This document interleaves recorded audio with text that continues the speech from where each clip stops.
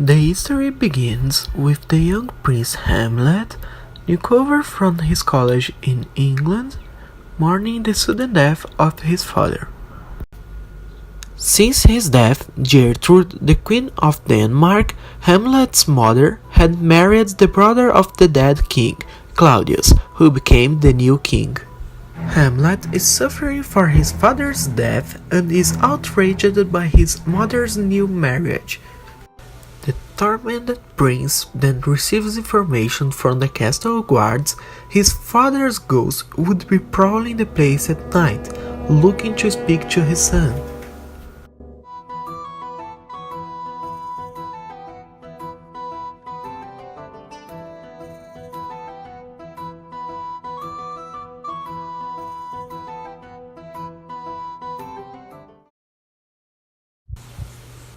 Hamlet meets the ghost and hears from his mouth a terrible revelation.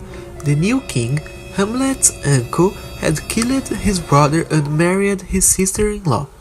It is unclear whether the queen knew about the murder or not. The prince, in revolt, swears revenge.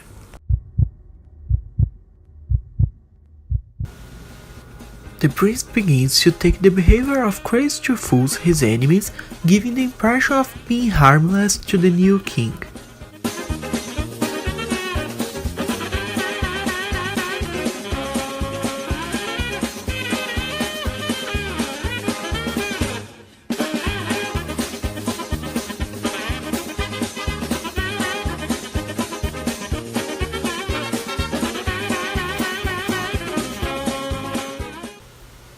Worried and seeking to understand whether the prince's madness is pretend or reality, the king and queen turn to Polonius, a court advisor.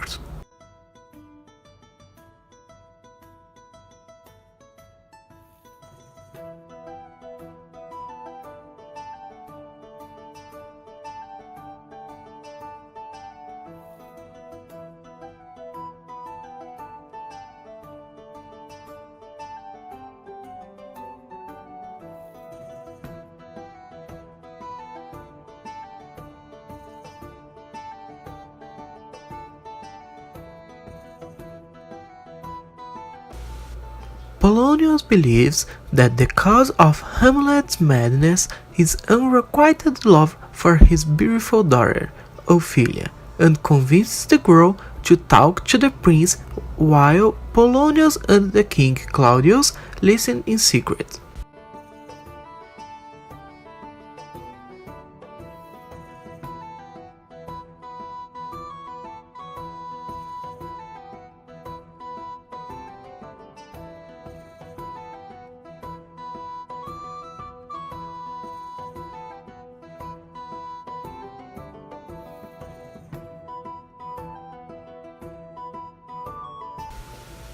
But Hamlet only rejects and offends Ophelia, urging her to lock herself in a convent.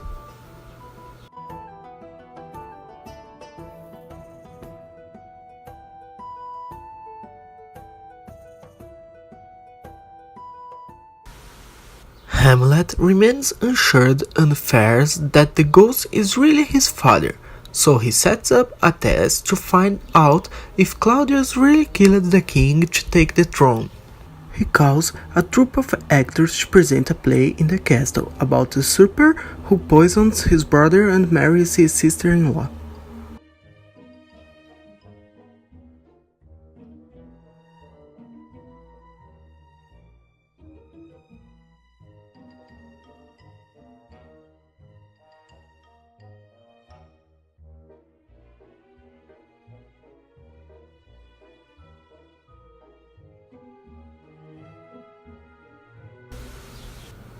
When the murder scene is staged, the king revolts and leaves the room, which for Hamlet is proof of his guilt. Hamlet's mother calls his son to her home, demanding explanations for his behavior. In the way, Hamlet catches the king Claudius praying alone and considers concretizing its revenge, but gives up for fear that the king goes straight for the sky by dying during the prayer.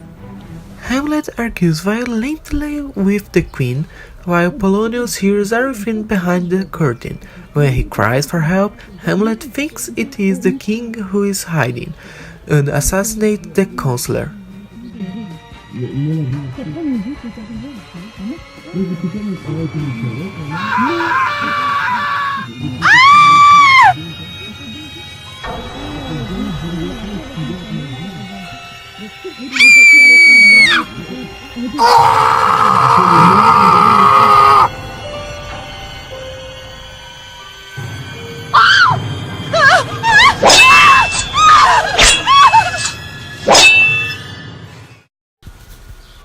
With the death of Polonius, the king really fears Hamlet, realizing that he would be able to kill him.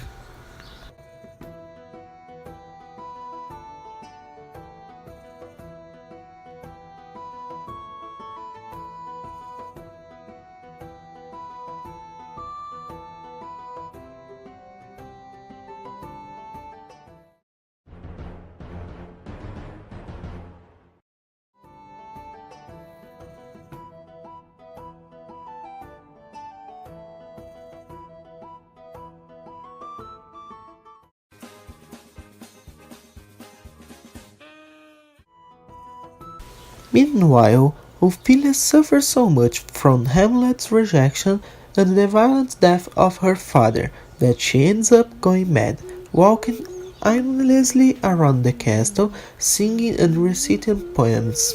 His older brother Leaders returns from France and is horrified to meet his crazy sister and dead father. He talks to the king to get explanations. At this time, the king sees the perfect opportunity to solve two problems: appease the fury of Leaders and get rid of Hamlet without getting his hands dirty. He suggests to Leaders that he challenge Hamlet to a duel. The young man accepts promptly, informing that he will place poison at the point of the sword to make Hamlet's death certain. At that moment, the queen cries out, Ophelia drowned. Hamlet is in the cemetery and Ophelia's funeral begins, and becomes surprised to discover about his death. Leaders mourns over his sister's corpse and calls Hamlet as the culprit. The prince begins a fight with the guy, saying that he loved Ophelia and did not want his evil. Finally, we reach the climax of the history, in which Leaders and Hamlet are going to duel. The king believes that Leaders will easily default Hamlet, but he brings a guarantee, a chalice of poisoned wine, to offer the prince. However, the queen decides to toast her son's health by drinking the poison. Hamlet is also poisoned by the blade of Leaders, but before dying, he strikes his rival with the same poisoned sword. Making peace with the prince, Leaders reveals the murderous plot of King Claudius, when Hamlet forces him to drink from the poisoned wine.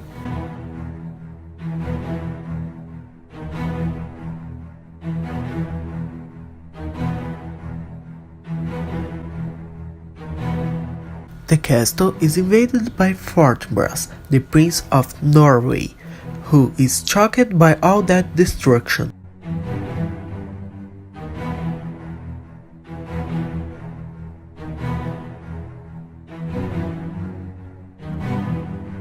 So, I, Orator, Hamlet's friend who survived the tragedy, remain to tell his story.